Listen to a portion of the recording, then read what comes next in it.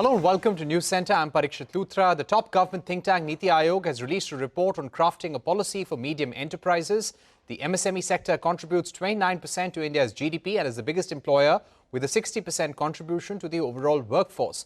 But the disparity is stark. Only 0.3% of the MSMEs contribute to 40% of all MSME exports. The Niti Aayog wants to leverage the untapped potential. The report focuses on tailored financial tools, technology integration, skill development, and creating a centralized digital portal. India's economy continues to grow even as the pace of growth has moderated. India is poised to overtake Japan as the fourth largest economy by the end of this year, according to estimates by the IMF. But there are some growth pangs. Growth in core sector slowed to a mere 0.5% in April, according to government data.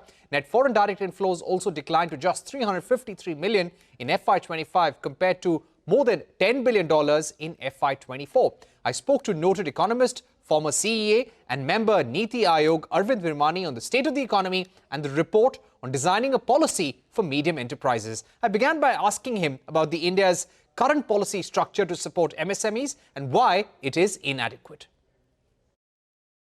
The budget, one of the important points in the budget was that focus on MSMEs, among other things, and particularly the emphasis on labor-intensive exports to generate employment. So, in Niti we had commissioned a study. So of course, we talk about MSMEs, which includes micro, small, medium enterprises. So Niti wanted to drill down further into these somewhat diverse elements of industry. They are all most of them are informal, some of them are part of the formal sector. So for that purpose, this study was launched on the kind of medium size enterprises, as they are called, and in particular to see what are the schemes, how are they performing. There are a whole bunch of schemes, in terms of technology adoption, credit, and skilling, etc. But the aim of the study was to drill down and see which of them were applicable to the medium enterprises and what they were used, etc. And then further recommendations to that effect. So the study found that about 8 schemes are applicable, and it's made some other recommendations. Okay. When it comes to incentives that are needed, according to you, what are the targeted incentives needed for the future? See, there are general things which apply to everybody. And, we've been talking about those, the, ease of doing business, the basic infrastructure, skilling, etc.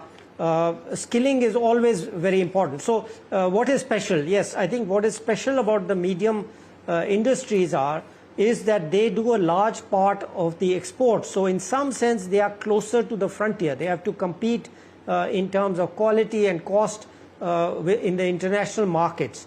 And secondly, they will also play an important role. We've been talking a lot about supply chains recently, in the context of mobiles, mobile phones, etc. So medium industries are important for both those purposes, to link in for backward integration of the supply chains, etc.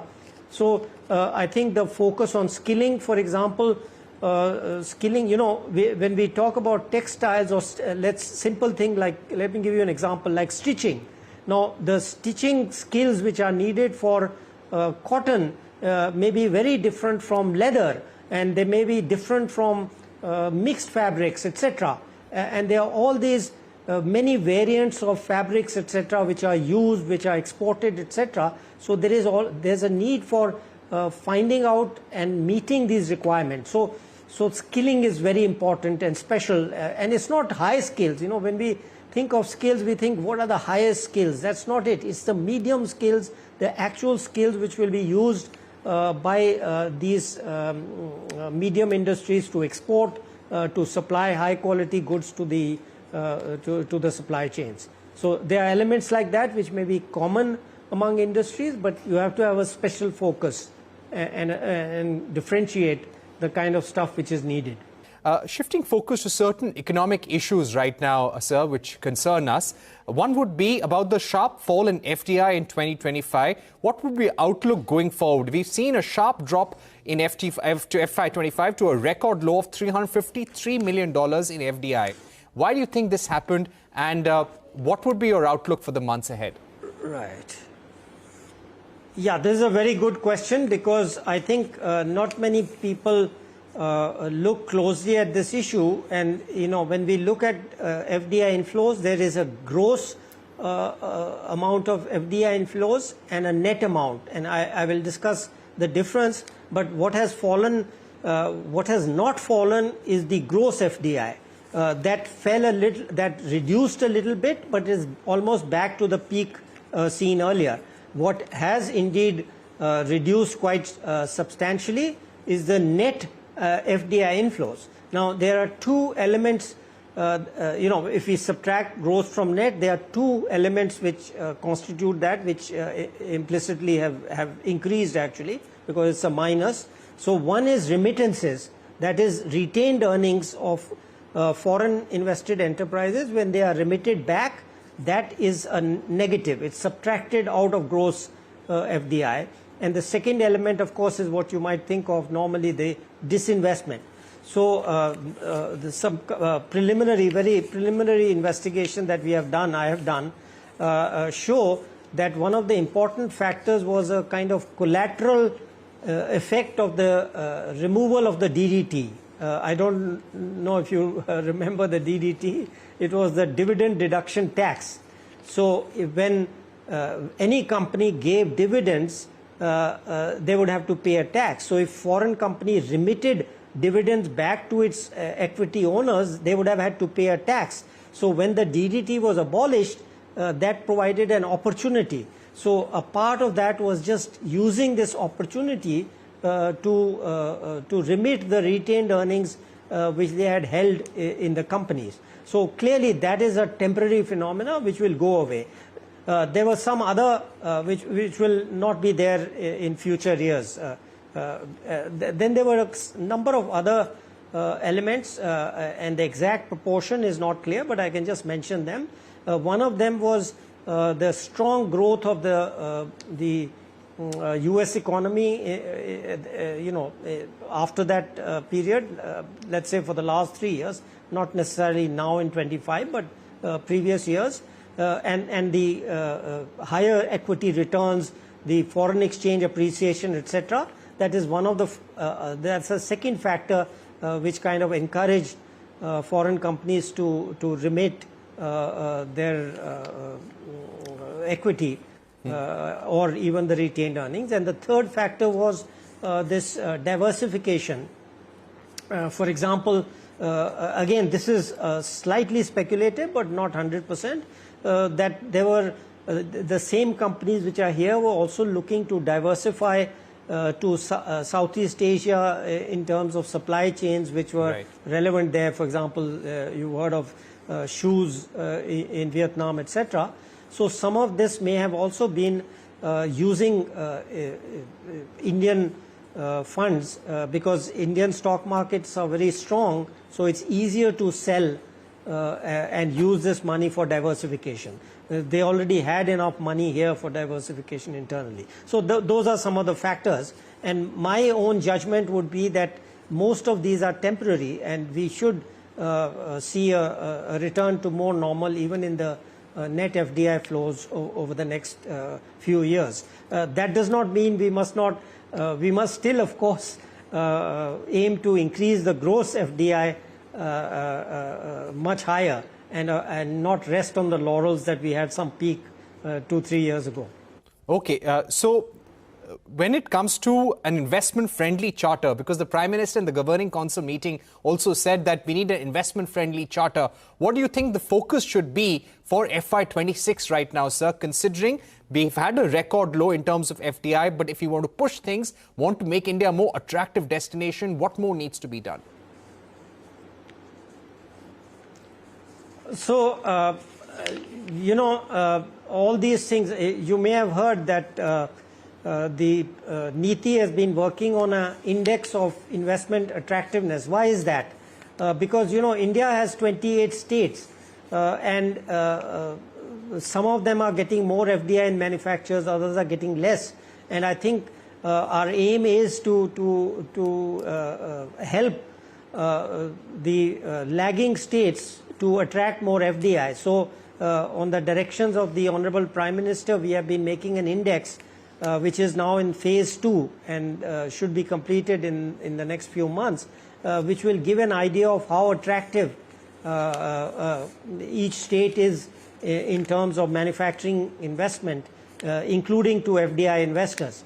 And secondly, given that the details or the sub-indexes will help these states in seeing what needs to be corrected. So you know, in Niti, we can't really, in a sense, direct states in any way to do something, but to kind of promote competitive and cooperative federalism.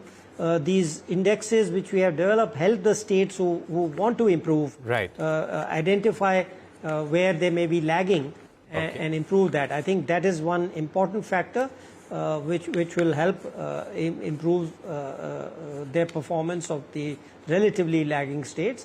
There are also, you know, we are the skills we mentioned. You talked about skills. Some of the problems vary across states. So all these things, you know, I have traveled to 3 or 4 states to find out where the differences are.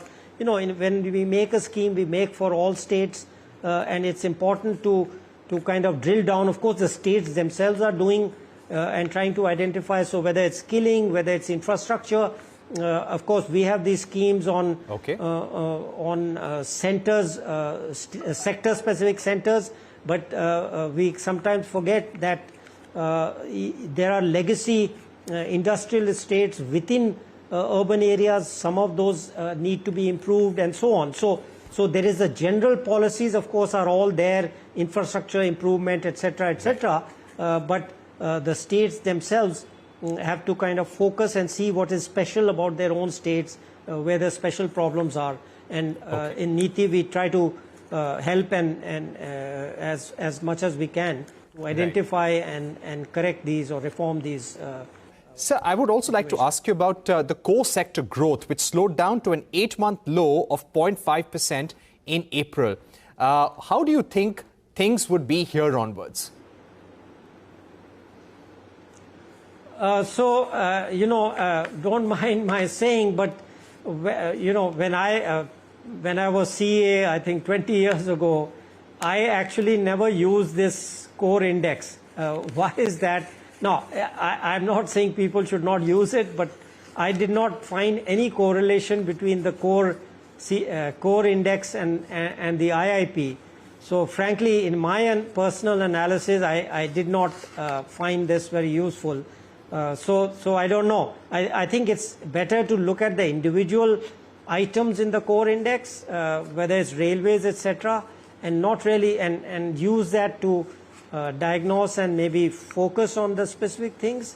But frankly, you know, as I said, I don't find the core index very useful for my own analysis.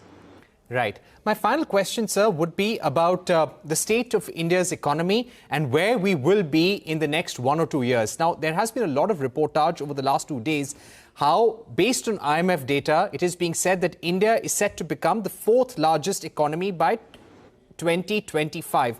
When do you think this can happen, and are we on the road to achieve that soon? Yeah. Right. As you know, we are kind of in May of the year, so less than half the year has gone by.